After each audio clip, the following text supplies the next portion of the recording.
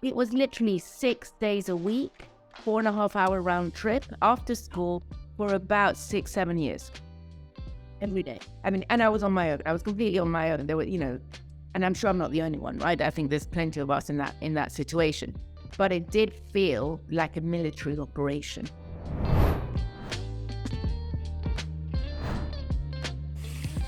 Welcome to Behind the Boots, a podcast where we have the unique and rare opportunity to explore youth football from a parent perspective. We are so excited today to be joined by Alejandra Sarmiento. I hope I've pronounced that right. Probably not. After all the practicing. However, we are very excited to have you, Alejandra, and welcome. Well, thank you very much for having me on today. Pleasure. Listen, we're going to dive into your journey as a parent who's gone through youth football. Your sons now, you've got two sons who are playing in Spain, and we've got Armando and Samuel. So we're going to dive into their journey. But right now, we always end up with, at the end, we talk about the journey and where they are now. But actually, I want to celebrate right now what they're up to, what they're doing, because I know, they're doing what they love. Thank you. I think any child that is able to navigate the choppy waters of an academy football is to be celebrated at whatever stage they're at, whether, that was 1-year contract or whether they made it all the way through to scholarship or, their first professional contract and so on. I think all of it is to be celebrated. In my case, Samuel is my eldest. He's 23. He is currently playing for a second-tier Spanish team called Tenerife. And my youngest, Armando, is playing also in a second-tier Spanish team in Ibiza. However, he is currently on loan to Córdoba, which is a third-tier Spanish team. And I am thrilled for them. I'm not sure it's exactly where they would have dreamt of being when they set out in this dream at this stage of their career, but it's certainly steps in the right direction. Maybe it's not leaps in the right direction, but it's certainly steps in the right direction. Absolutely. And again, just demonstrates how, the path can take different twists and turns, and we'll move into that. There is, I was reading an article that Armando was interviewed for at The Guardian, right? We're going to put the link. Yeah, it was a good one. And so what? There's a little bit I want to. I mean, it's a really interesting article, and I love the way he articulates, his love of the sport and some of his journey. But there's a bit that says, "My mum spent so many hours driving us to football. She injured her back. All the love in the world goes to her." Oh, I'd forgotten he'd said that. I mean, honestly, that sums it up, doesn't it? All the schlepping that you do. It really does. And I got to the point where doctors had said to me, you cannot carry on driving at the rate you're driving. You are going to end up in a wheelchair. And actually, I mean, I had to be fair. It was just, I have something called Ehlers-Danlos syndrome, hypermobility Ehlers-Danlos syndrome. It's a connective tissue disorder. It was not diagnosed at the time. But one of the worst things you can do is sit in that position hour after hour for, week after month after year after year. And it certainly aggravated something that was really bad. But of course, as a parent, you're like, well, if that's where I end up, I'll just make sure that the car's adapted for wheelchair use. It's not a problem. We'll carry on. So, but of course, I'm sure there are moments where you do think, oh my God, is this all the right thing to do? Not just in terms of the sacrifices that you do as a parent, but as is this the right path? Because at the end of the day, it's such a narrow path. There's so much that's sacrificed along the way, right? Well, there's birthday parties of their school friends, there's holidays as a family, there's lions, there's that you sacrifice. There's so much of what, in inverted commas, we can quote normal, that is sacrificed on the way, with absolutely no guarantee that the dream is going to come true. So, that is hard. And if then you add some physical stuff to it, in terms of challenges, we're all, as parents, getting older every day. They get stronger, we get older. There's something there that is also a question mark. I mean, I would, in a heartbeat, do it again. But I would do it whether it's violin lessons or taking them to poetry recitals. If I'd had a daughter and they like ballet, then it would have been ballet. It just happened to be that in my case, it was football, and that's freezing cold pitches in England. And that is so far from what I thought parenting was going to be. Absolutely. Whatever you, again, we're going to delve deep in a minute, but when you think about the journey thus far, and your sons, they're probably still your babies, but they're ever your babies, but they're men. So when you look at the journey thus far, what is it that you sort of can celebrate the most? Like what is it that you think, I loved that about this journey as a whole? If I can put my answer within the context of this very modern woke world that our children are growing up in, everything is so immediately accessible for these young generations. They don't even have to go to the library, right, to pick up a book, to write an essay. Now they've got Chat GPT. So it's all becoming even more accessible and quicker and immediate. And I just don't think life happens like that. Life happens in the slow motion. It's it's that typical saying, isn't it, that life is what happens when you're making plans. And it's the dullness of the routine that happens, and it's the consistency that gets you through, and it's the having a passion and a belief in something that allows you to get out of bed, no matter what the weather is. And I do think that this academy journey has really, really instilled that in the deepest parts of themselves. That you get up and you go and you do and you do and you repeat and you repeat and you repeat and you repeat, and there is nothing immediate about the overnight success journey. This is not reality TV happening. It is real life. It's grudging and it's slow and it's painful, and it's also incredibly rewarding. And it's exactly, I think, a perfect microcosm for life. Life is slow and brilliant and flawed and fabulous, and therefore, if they can learn that in a society that is all the opposite of that from such a young age, day after day after year, I have to say, I think that is an enormous gift that as a parent, I'm not sure how I possibly could have instilled it in the same way that football has. Oh, I so agree with that. Just even, I think I was saying the other day, even just when my son couldn't do kick-ups, that thing of just saying to him, you just have to do it every day. If you want to do it, it's like that. He's getting frustrated, and it's just going out every morning. And he practiced, and then he did it. And just that little lesson, I always refer to it. Remember the kick up? You couldn't do it, and then you could.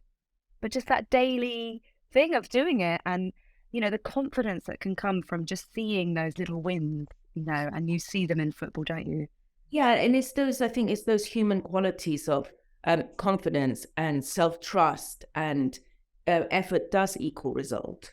And that you have to live it within your own skin to really understand the value of that. I mean, with parents, we can be so well-intentioned and we can be so consistent with our message, but if they don't feel it, they don't. And then you've got the weekly match. So even though it's this long, arduous, very slow, painstaking journey, there is a weekly check-in on that progress. And they can say, well, the coach didn't like me, or there can be an injury, or, whatever it may be. But actually, the reality is there's a chance every week to kind of measure, if nothing else, yourself against yourself. Did you do that tackle a bit better than last time? Did you defend better? Did you, whatever your position, as a goalkeeper, did you stop a harder kick towards you and you stopped the goal going in? As an attacker, oh my God, did you score that penalty? It's, there is so many measurements along the way, and that's a weekly opportunity. And again, what a privilege to be able to do that. Yeah. The other thing I would say, if I may add, that I think is fabulous about Football Academy, although clearly from the sidelines as a mother, I have hated it more than I have loved it, is that they learn to take criticism. And again, I think in this very modern society, criticism, is not something that is easily accepted. We're all winners in this world, in this very modern world. And actually, again, I don't believe life works like that. And I wish it did, but it just doesn't. So I think their ability to be told, no, that's not good enough. No, you've got to do this better. No, I won't have that attitude from you. It's a consistent message year after year, no matter whether the coach you liked one year more than the coach the next year or less than the coach that you have currently. It's such an important skill to be able, I mean, hopefully it's constructive criticism, but to be able to hear it and use it to your advantage, I think that is a lifelong benefit. Oh, I so echo that, because, there's something around as well, because they're quite passionate often around it. They will, in school, it's very easy for them to just, it's one subject out of many, and they just kind of, but actually in the football, like you say, to kind of get those criticisms and take them on board, and then build up that resilience, to hearing things you might not like or appreciate. And another thing I always used to say to my kids is that, when they say, oh, the coach, and I was like, you're always going to have coaches, teachers, bosses, people in your life that you think don't really get you or don't appreciate you. And it's up to you, how are you going to deal with it? There's so many lessons, aren't there? I think we may have been having the same conversations in our different homes over the years with our children here, because that was the day the coach doesn't like me, and I would be like, and just there's plenty of people out there that don't like me. Just wait to have a boss that you actually really hate, and who really doesn't like you. I mean, it's life. I mean, I'm like, great, you're practicing. Practice how to get on with people you don't. And also sometimes it works on a positive, right? Sometimes you do get a coach that for whatever reason likes you. You remind them of them as a player. Your physical body build, shape, form, how you play is reminiscent of what they were like. And suddenly you're in favor. You know what? You got lucky, mate. You got really lucky. What are you going to do that? How can you maximize that without it become some sort of egotistical trick that you suddenly start believing your own hype? Oh, I feel like we want to bottle you and just, I know, right? Every car in the nation on the way home. I love it. I mean, it's so strong. There is so much positive along with the heartache. And sometimes it's just luck, right? Yeah. Sometimes you got really lucky and you had a coach that really believed in you at the right time when, your path is about to take a left or a right. And you were lucky enough to have somebody that saw something in you a bit special. And actually, again, I think that's life. Sometimes you get lucky, right? You do. Sometimes you just get lucky. Somebody wins the lottery. Somebody gets lucky. Or not me. Yeah, but hey, let's not give up hope. Taking you back to the early years of being in the academy with your sons, do you think you could have ever been prepared for what's ahead in terms of the length of the journey, the level of support, the intensity? Do you think you could have ever been prepared for that? And how can we prepare new parents coming into this ever-changing world of football? I definitely don't think I could have been prepared on an emotional level. Maybe on a cognitive level with more information, I could have had a better understanding of expectations. But I think the emotional pull of it, absolutely not. But then again, I know before I was pregnant, if somebody would have told me this is what it feels like to feel your baby move inside you, I would have been like, well, that sounds great. And I have zero concept. So no, I don't think the emotional journey I was prepared for. I also come from a situation. I had no idea what the Premier League was. I had no idea about football or clubs or tiers or whatever. I just happened a son that really liked, well, actually, him and then his younger brother, just by virtue, I think, got dragged along. But that they just like to kick a football. I had no concept of academies, no concept of what it meant. I only started to understand when people would react. And I would say, I'm really sorry, we can't come, we've got football. And the conversation, oh, well, what team do they play? And they're thinking you mention the local team and you say Tottenham. And either they love Tottenham or they're Arsenal. There is a visceral reaction, right? And then I'm like, oh, this obviously means something, because it was not just one reaction from a parent, there. It was, how did you do that? How did you get your son into that? And I was like, I don't really know what you're telling me. I'm like, well, need to go because, we're going to be late for training and my sons will kill me, is that type of thing. But I do think that intellectually to have understood with more clarity what the steps were and what it meant and what to worry about and what not to worry about would have been extremely helpful. Sure. And along the way then, what did you feel that actually was there any a point where you felt a little bit out of your depth, like what this is leading me rather than me leading it? Was there ever a point where it was sort of challenging to navigate? I think never and always. I think I still feel completely out of my depth. I think I feel out of my depth in terms of what I objectively feel I can advise my children as a parent. I think it's a path I've never trodden. It's a path that anybody in my family has gone in that direction.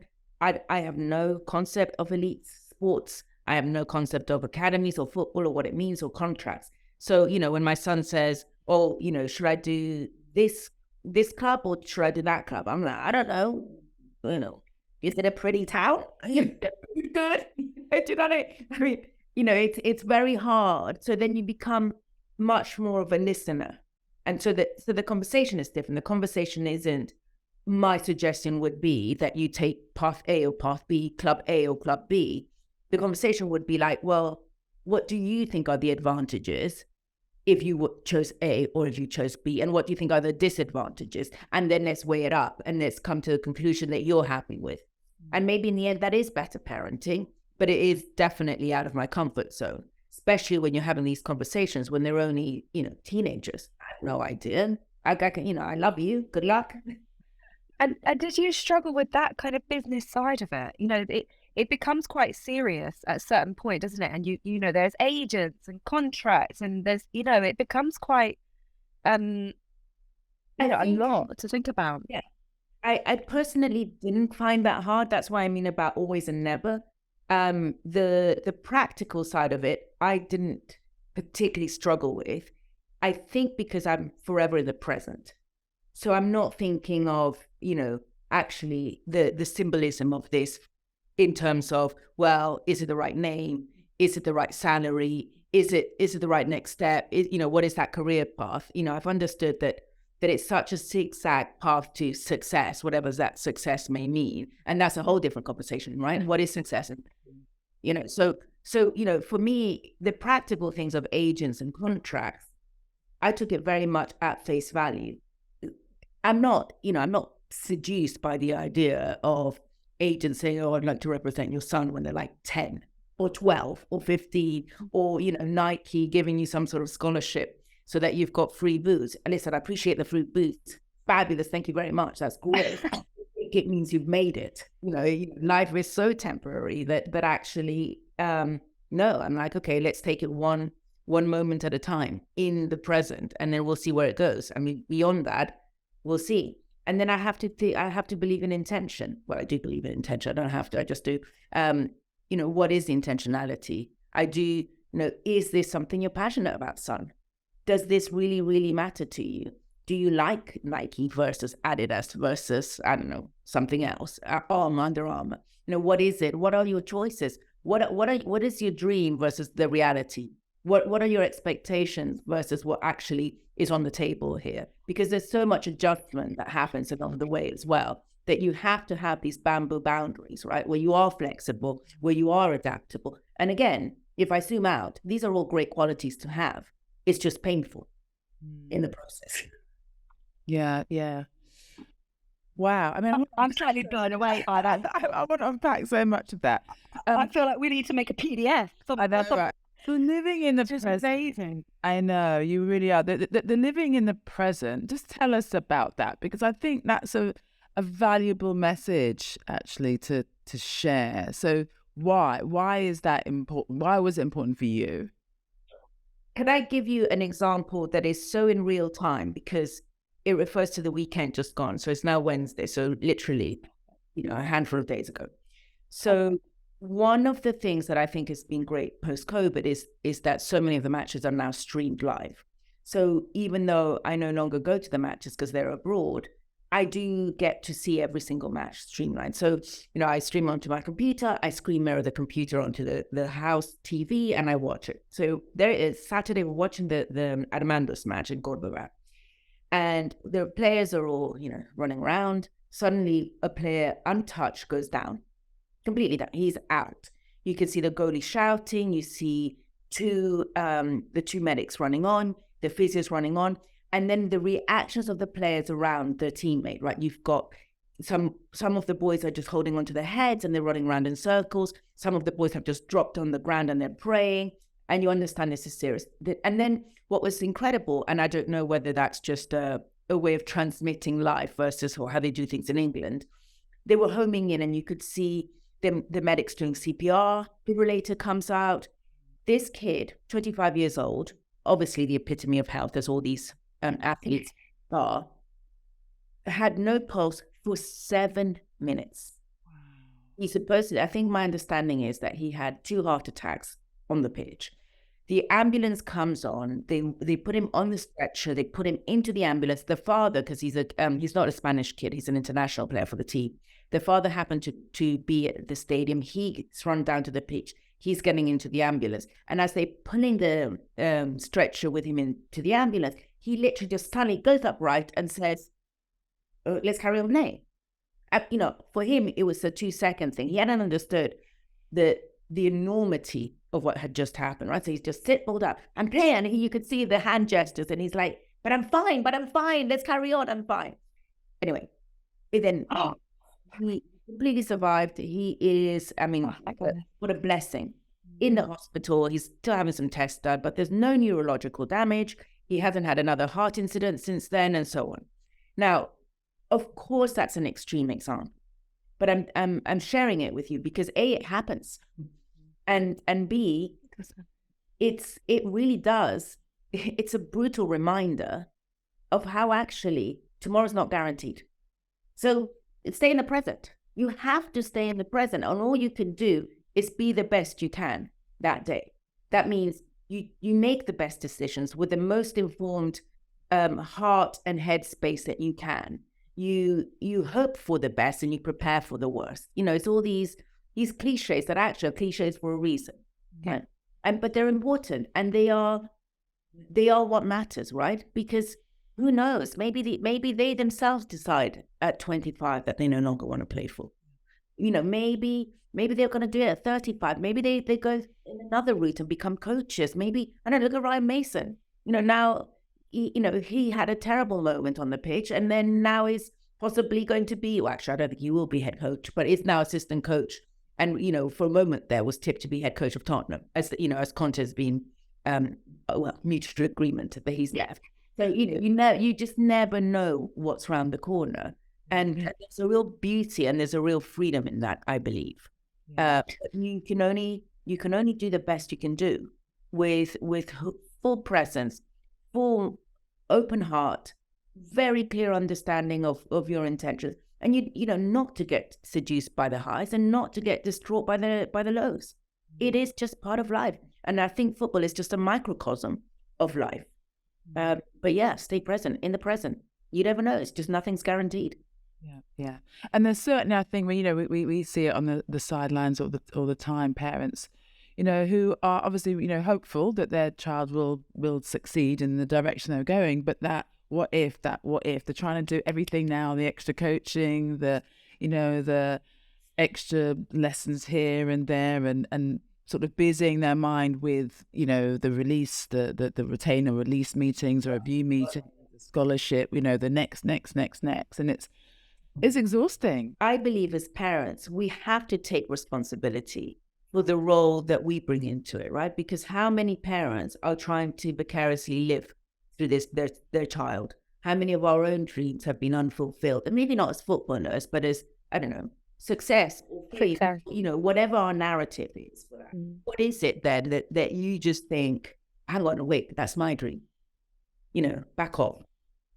And our awareness as adults and as parents is really crucial so that they are, our children can flourish into their own path, into their own experience, into their own understanding of what works for them and what does. And if they fail, So what? Like I was saying to my son, with, 2 massive operations, 4 to 6 months recovery at a crucial stage in his life in terms of his career. And he's very upset. I'm like, son, you're 23. Nobody's life is over at 23. No, it just isn't. It may feel like it is. And I don't want to diminish that, but I've got to give you a little bit of perspective here. It just isn't. It just isn't. Wow. Did you, I mean, I feel like we're going to clip every part of what you've said there. Like, I just want to broadcast it as well. But did you ever struggle with it? I mean, I know you're because you're a psychotherapist, and I know you're just full of wisdom. But did you ever struggle mentally with how to support them? Did you ever feel? Because I feel like what I see in parents is almost like a struggle to know sometimes what to do. Do you push harder? Do you sit back? Do you? I mean, that's a daily dance, isn't it? I mean, when you push and when you hug and when you support and when you don't. I think in my case, football in terms of the academy world came at a time that my marriage was falling apart. So I don't have family in this country. And although their father is a good, responsible father, he wasn't instinctively supportive of the football path. He's always been very honest about it. He would have much preferred for them to go down the traditional route of school and university and a good job and so on and so on. Now, I am the opposite, right? I'm into like unicorns and rainbows, butterfly. And, and it will all work out and follow your heart and be pure to your heart and all, your dreams will come true. So we always laugh as a family because, even though the divorce happened about 15 years ago, we are still very much a family unit. And so we always laugh. And I always say to my sons, you guys are really lucky. You have on one extreme, Mr. Rational. He does want all the important things in life. You have to be able to pay a mortgage. And then you've got me on the other side that I'm like, listen, if you fly, just believe you've got wings and just go for it. So, and I'm like, you guys will work out individually where in this massive spectrum of madness you guys lie. Maybe you'll lean more towards the rational of your father. Maybe you'll lean more towards the, and I'm being flattering to myself here, the passion of your mother. Something in between will be right for you. But in terms of those daily things and what is right and what is wrong, I think it is a constant struggle. But I think then you zoom out. Because, again, I go back to intentionality. I know that I have the best intentions. So I'm going to focus on the things I can control. Are you hungry? Is what I'm going to give you as a snack nutritious? You are going to go to sleep early. Is there a healthy meal that I've managed to pre-prepare so that you can have a healthy snack in the car versus the healthy meal when we get home, like a prop, I don't know, lentils and rice or something like that they're like, I don't like that. I'm like, well, you're eating it because it's good for you. That sort of thing.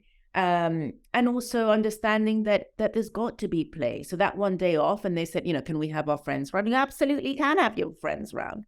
And, and then they will maybe overplay hours and hours of PlayStation. Well, do it because there has to be some balance. It just, and the other thing for me that I felt really strongly that I think helped me more than it helped them, because I'm not sure they agree with this, is I was very conscious that their identity wasn't caught up with, I'm a footballer. No, you're not a footballer.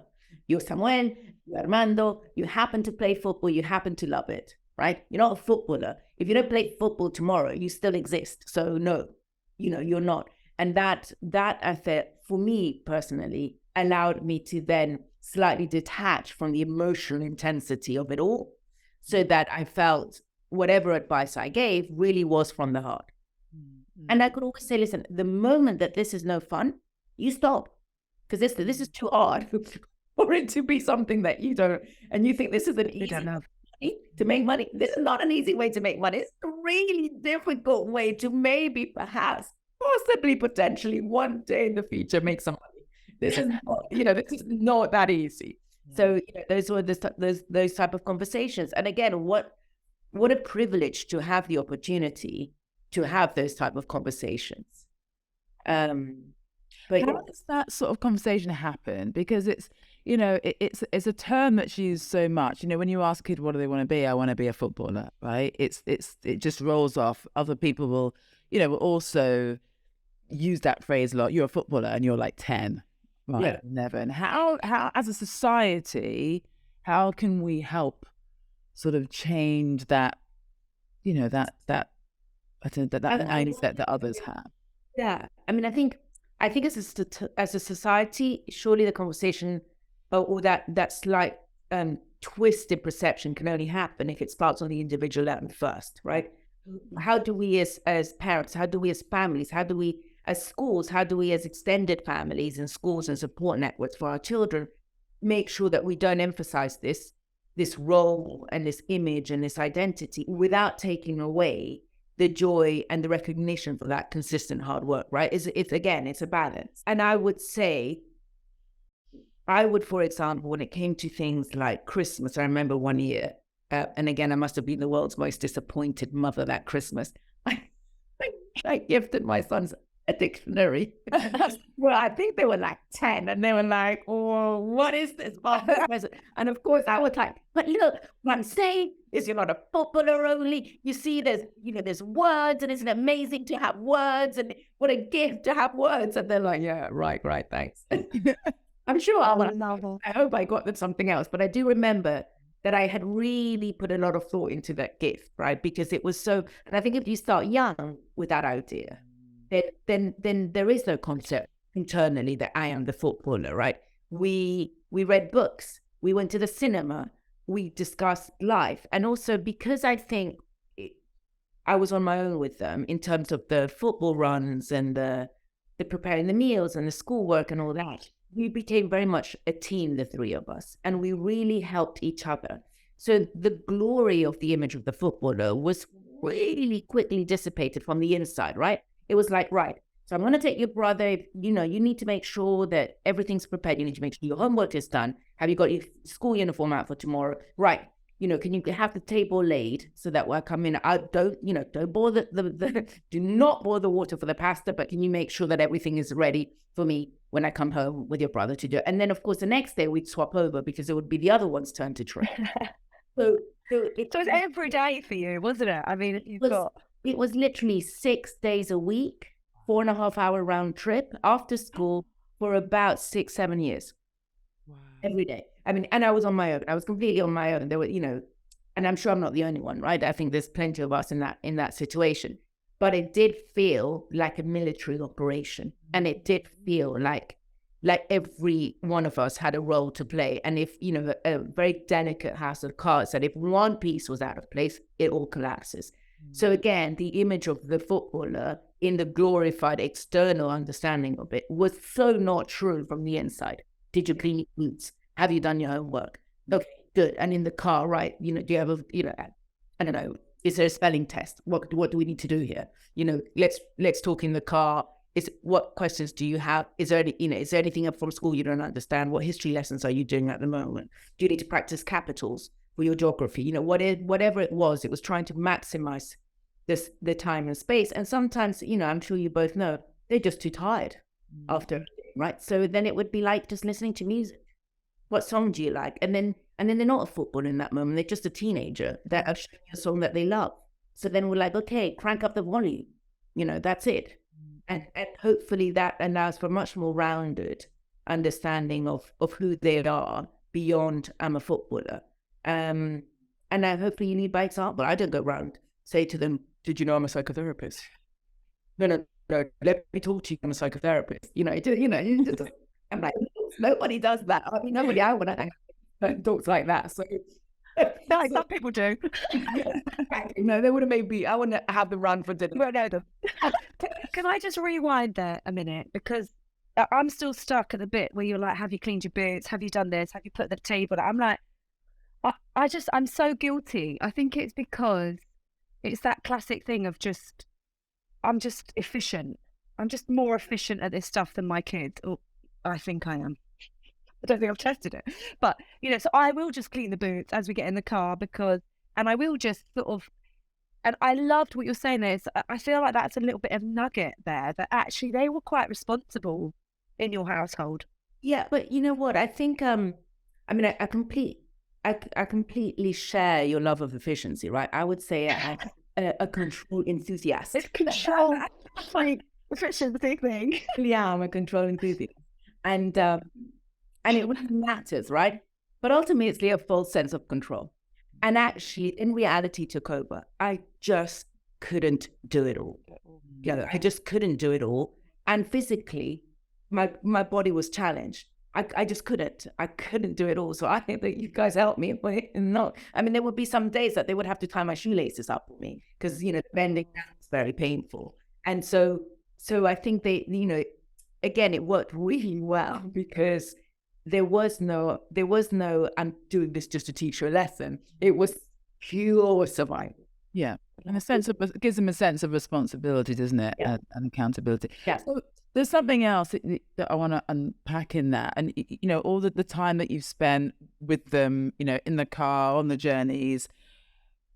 Other parents might sort of, when they're in that same position, their thought process is like, I'm doing all this. It's a commitment. It's a sacrifice for me.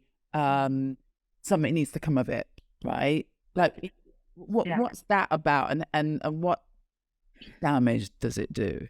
Well, again, again, this is my interpretation, and I am quite happy to be wrong, but this is my personal understanding of it.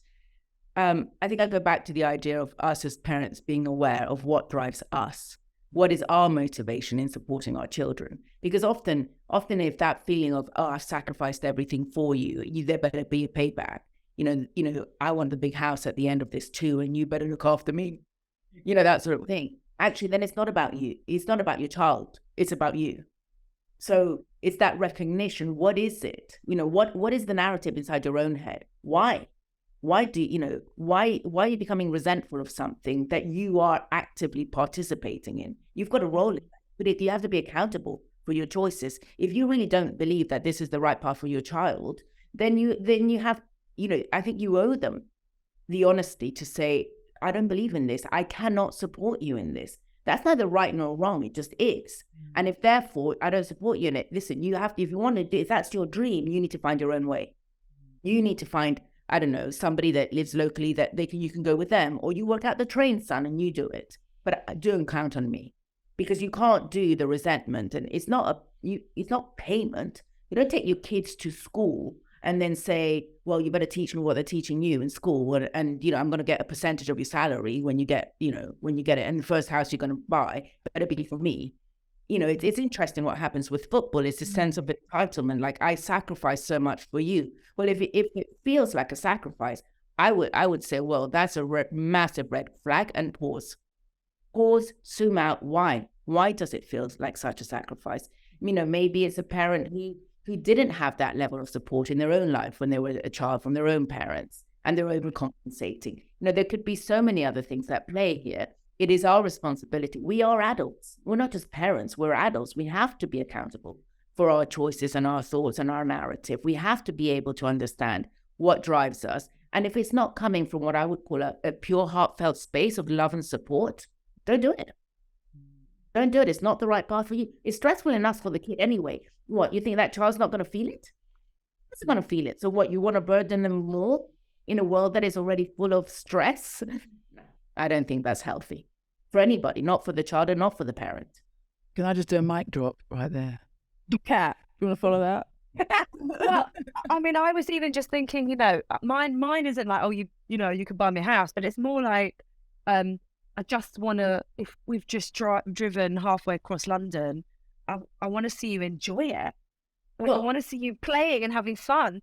And then, they make it all like, this is where I get a bit out of sorts. I'm just a bit like, well, this is not fun. Like, I'm here, it's raining, I'm wet, and you're upset, and but then they say, but I love it, I want to do it, and you're like, oh, okay. And that's the key, right? Because that's what, again, a little bit like what I was saying earlier. The moment it's not fun for them, surely we stop.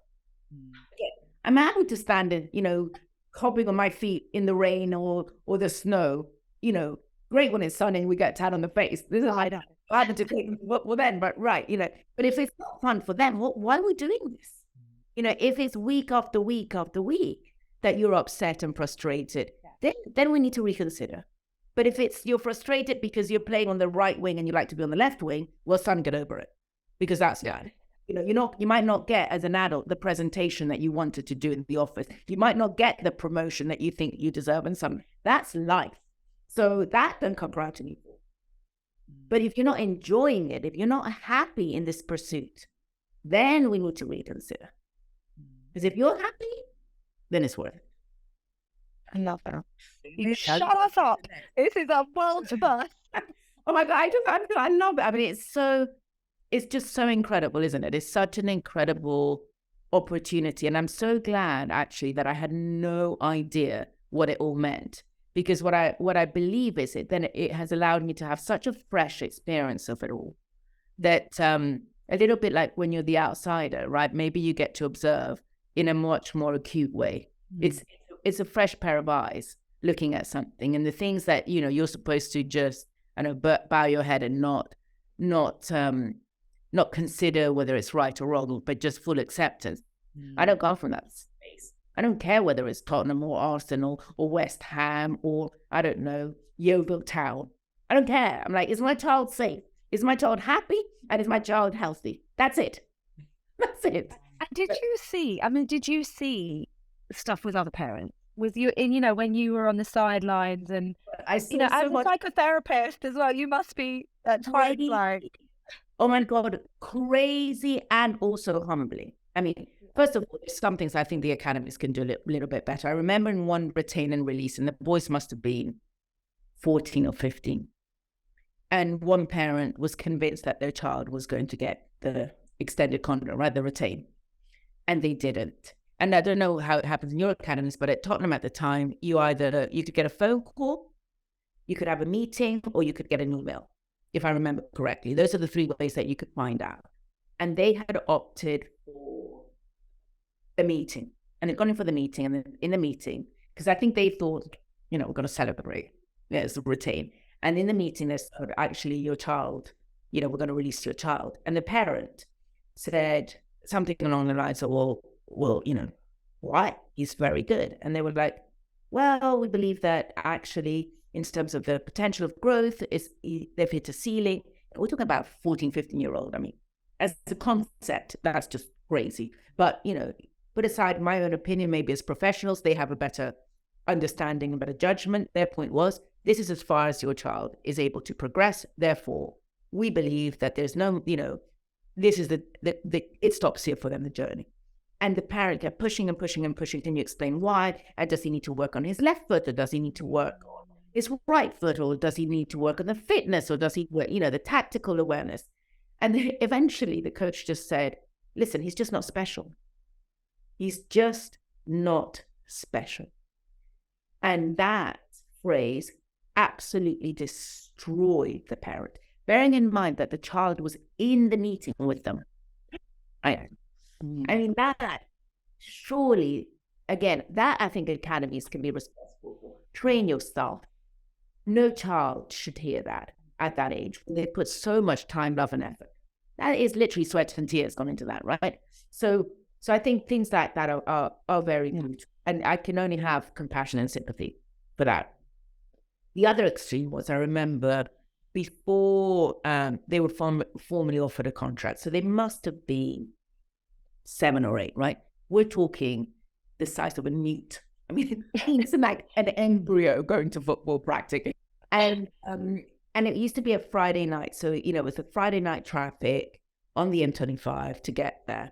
And it was deep. Oh, it was a big... Already, I feel for you. It was a nightmare. After school, end of the week, the tears, the tantrums, oh my God, it was exhausting. And I remember watching this father, and he was dressed, very well, it's winter. So you've got the slush everywhere. He had cream Timberland boots, cream jeans, cream jumper, cream coat, and a cream hat. Basically, first of all, I'm like, I'm in awe of this. Yeah. I'm like, right, so beautifully dressed, not a speck of brown slush on you. This and also how brave. I mean, that is great to turn up wearing that. And so I of course I was like, oh my name's Alejandra, how are you? And who are you? What can you teach me? Because you are like a whoa. You have really got it together if you're rocking up on a Friday evening looking like this. And then he started talking. The more he talked, the more I realized I could literally feel my body moving backwards, right? And he was like, well, yes, again, we're talking embryo size. And he was talking about how at the previous weekend, he had taken his son to walk up and down different car dealerships to look at what car they would like to buy in the future. We're talking Ferraris, Maseratis, Lamborghinis. We're talking like, I'm not talking like the first starter car. I'm talking like, you can work a whole lifetime and never get it. Apply to the house car. And he was like, no, we've worked it out. And then, so next weekend, I think what we're going to do is we're going to go to look at we're going to drive around some nice neighborhoods and look at houses so that he could park. And I'm just like, oh my God, I mean, this is delusional, but how dangerous. Now that his son came for 2 more Fridays night and then he was dropped. And I was so heartbroken, not for the lack of this beautiful home and the absence of expensive car, but that poor child would have felt, whether it was verbalized to him or not, would have felt the enormous sense of failure. He hadn't even started. And there is a serious danger in that. And that's just toxic. Yeah. Do you think there's an awareness with parents about who they're being and how it impacts the journey from the establishment's perspective? So, for example, the academy staff, how they view parents and the impact of their child's journey. Oh God, absolutely. I think that the coaches themselves and the staff can cause a lot of damage, right? There is a lot of us versus them. This is not like, my experience as well, that the feeling is not necessarily like it is at the school, right? We're a team. At school, we reinforce good manners. At home, if you can do the same, the please, the thank you. You get up, you put your chair back under the desk, these sort of things. In academy, it's very much like, no.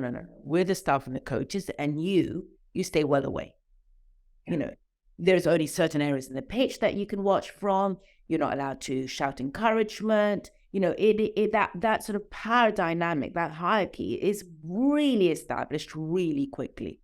And that is odd when you are handing over your child for that amount of time, day after day, after week, after month, after year, for somebody that you may not even share their values with, but has such an enormous influence in your child's life. And that's crazy. And when, I don't know how it was with, in different academies, but in Tottenham, they would do like a parents' evening type open evening, and would have the head of the academy and some of the coaches come present. And they talked a good talk, and some of it is very true. They said, one in however many will make it. But hey, it teaches them independence and resilience and strength and motivation and self-direction and all these positive things, which are very true. But it was also felt a little bit like lip service. Look, we are doing our best to include you. They would have like a nutrition evening to teach parents how to best support their children with nutrition. Again, tremendously helpful. They would have a sports psychologist that would come in, once a year to have a little talk about the psychology of sports at this level. Again, very helpful. But the day-to-day, some coaches wouldn't even look at the parents as they walked in and off the pitch. They wouldn't respond to text messages, and it's that whole, you suddenly felt like you were standing in the headmaster's office with pigtails, being told off, and you haven't even breathed, So it's an interesting power dynamic that goes on, which I think is very, very, very toxic. You have articulated that so beautifully, because it it's in the sense of it's quite intimidating for parents. Totally. And you don't want to rock the boat. And your child's like, no, please don't.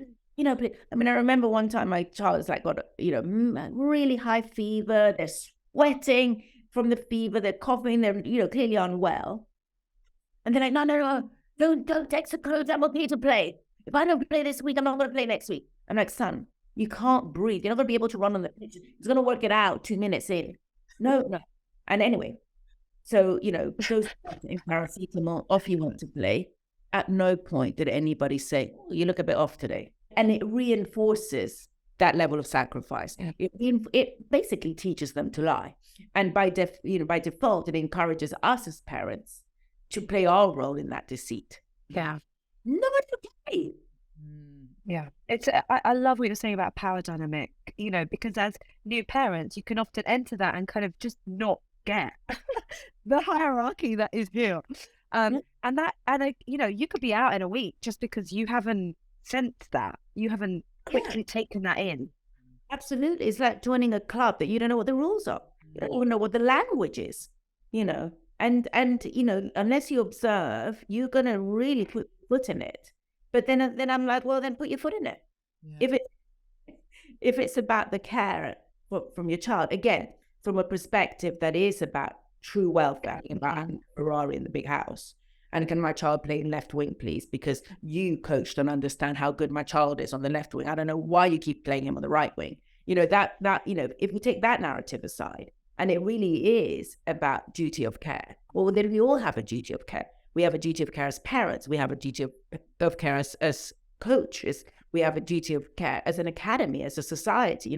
These concentric circles that just move out and out and out. And if we all played our role, I think it would just be a much more efficient system. There would be so much less frustration, so much less confusion, better communication, and that happens and everybody flourishes. And that's the dream.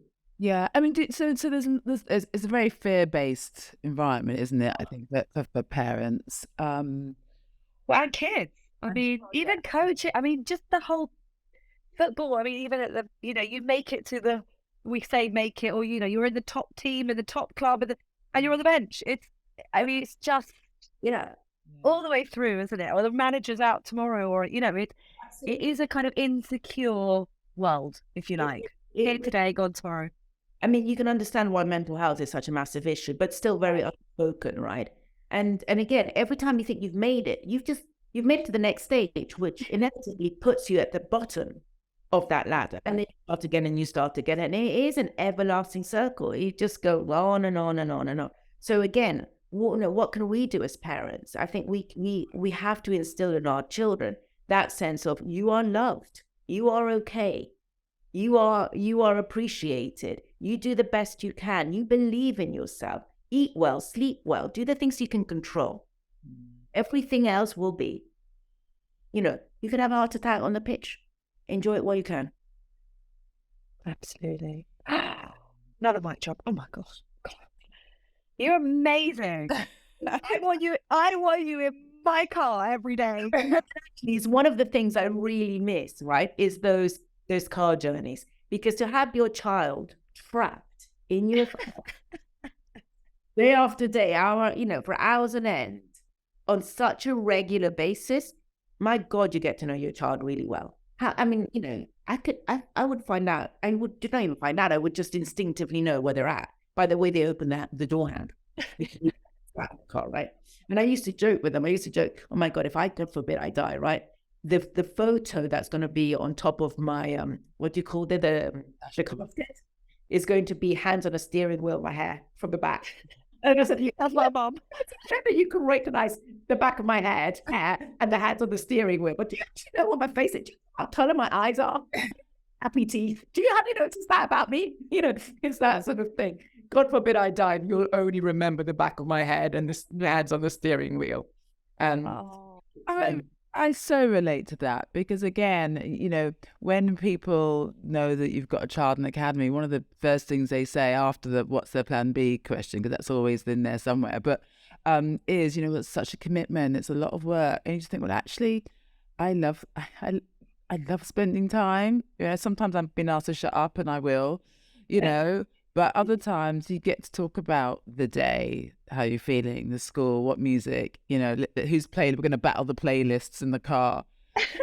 Even like the choice of song. I was so up with what was cool music when I had to drive them a lot. Now I don't even know what's in the top 40, let alone the top 10. I hear an artist on the radio, I'm like, oh once upon a time, my sons would have told me in the car who that is. I would have known the lyrics. I would have been singing along with them. Yeah. It's like this vacuum that happened. Absolutely. I used to ban anything that had any form of cuss word or any. You listen to classical music then. Oh, yeah. But yeah, those car journeys, I do, I will always remember them fondly because it was such a good way to connect. Yeah, yeah. And they are what you make it, right? I think if we go in, again, we talk about, mindset, but if you go into thinking this is a chore, this is a burden, this is really... it could be at home, with my feet up, watching the telly, relaxing. Which you could, but, They're not. Yeah, I did Sainsbury's shopping when he was on. I was like, yeah, I guess the whole Sainsbury's shop uninterrupted. This is great. Right? Or sometimes, you got to catch up. Your computer, you got to catch up with something. I also have to say, made some beautiful friendships along the way. And there's 4 of us from the Academy mums that we still meet like once a year, once every 6 weeks or so for dinners, all of us. And we've had a couple, we try to do a trip once every year or two, just the 4 of us, and it's a proper friendship because really, unless you're in it, no other parent really understands, right? The stress of retain release, your child is upset because they were on the bench and they only got 2 minutes. They're injured. There's an operation coming. They got dropped. The contract wasn't as good as they hoped, whatever it is. Unless you're in it, you don't really understand what their journey emotionally is like. So there's something beautiful about those friendships. And now, of course, of this group, only 2 of the kids are playing regularly. And it was originally 7 kids playing. And there's only 2 currently playing. So, the friendship stayed. That's nice. That's beautiful. And one of the reasons that we created this platform is because of that community. In the essence, that some people don't actually have it, and they don't have anyone to, have this conversation with, ask the questions to find out what someone else's experience is. And it's really needed, otherwise it can be a very, very lonely journey, Really stressful and stressful. And again, I guess the power that comes from community, right? So like of this 4 mums, one of us hates driving on motorways. I mean, her sense of direction is so bad. I am not breaking confidence here. She would be the first one to tell you. She literally say, I am terrible on motorways. I cannot drive with sense of direction. And for her, we were always like, clearly she's not going to drive. Come on, hop in the car with me. And how we can support each other. That may have been not a big deal to have somebody else in the car with you, but actually meant she could go and watch her son play. That's powerful, and that matters, right? Those little moments, those micro moments of support that actually, again, the ripple effect is so much broader than you would anticipate from just giving somebody a lift. Yeah. It makes everything possible, friendship, right? Absolutely. Connection, communication, community. It's just community. We love it. And you've sort of, there's so much there, but if we were to ask you to sort of give, if a parent was sort of starting out, say they're, kids play really well and they've been offered something, or they're going into that environment, or they're in it, maybe they're struggling. What are 3 things that you might say to parents starting out on this? Starting out in this, I would say patience and perseverance, number 1, right? This is a long, long, long haul. So you don't stumble at the first hurdle and give up. It's patience and perseverance. Number 2, communication. Communication with your child, communication with yourself, communication with your family, communication, if you can, with the coaches in the academy. Communication. Make it as honest and as clear as possible. You don't have to write long emails. They're not going to read them, right? But make it short and make it clear. Communication. Be honest with your child. Where are they at? Do they love it? Do they not? What are they struggling with? What are you as a parent struggling with? And if you don't have a partner that you can share the ups and downs with, do you have a friend? Can you reach out to a community like you guys are creating? Thank God for you guys. That where can you get support that you need as a parent so that you can better support your child? And the third thing I would do, I would emphasize is, I think, well-being. And well-being, I mean nutrition and sleep. If you just start with good nutrition and you get enough sleep, you're going to be okay. Right? What will be, will be. A lot of it's going to be consistency and good luck and good genes. and that will be out of your control. But the things you can control, are you sleeping enough? Is your child sleeping enough? Is there enough good food? What are your snacks like? Is there, how can you best fuel your child? And I mean emotionally, I mean intellectually, I mean physically, I mean spiritually. What is that nutrition? What are you feeding your child? And I think hopefully a combination of those things will equal the joy of the journey. Because otherwise, step away. Love it. Equal the joy of the journey is amazing. Great place to finish. Thank you. That was fantastic. Oh, my absolute, what a joy to speak with you, ladies. It's just, oh my gosh, you guys are doing fabulous work. It's so good. It's so important. Well, I feel like we want to do dinner with you every 6 weeks. Yeah, I know, right? That was amazing. So much wisdom. Thank you for having me on. I think it's, I'd like to think it's hard-earned wisdom, ladies. That's almost what, I mean, in the end, if it was consecutive years, that's what, almost 20 years of experience. Incredible. Thank you so much. My absolute pleasure. And I'm sending you both big love, and let me know if there's anything else I can do to support. I think what you're doing is so needed and fabulous, and chapeau to you both. Yeah. Thank you.